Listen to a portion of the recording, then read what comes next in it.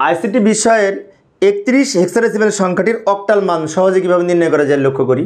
প্রথমে 3 এবং 1 এগুলোর সমকক্ষ 4 বিট করে বাইনারি মান লিখবো, এটাকে বাইনারিতে রূপান্তর করব। তার জন্য 8421 এই কোড ধরে যদি এই 3-এর মান বের করতে চাই তো শেষের দুটো যোগ করে 3, তাই শেষের দুটো 1 হবে। এটা হচ্ছে 3-এর বাইনারি। 1-এর মান কত হবে? এই শেষে 1 আছে, তো 1 যেখানে আছে সেখানে 1, 1 যেখানে আছে সেখানে 1, বাকিগুলো 0। এটা 1-এর বাইনারি।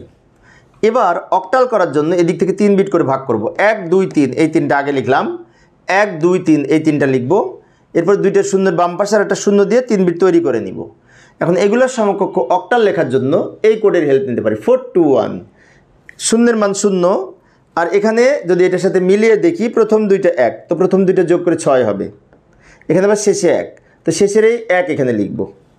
এবার বামে শূন্যর দাম নিয়ে উত্তর হবে 61, যেটি অক্টাল সংখ্যা, তাই বেজ 8 লিখব।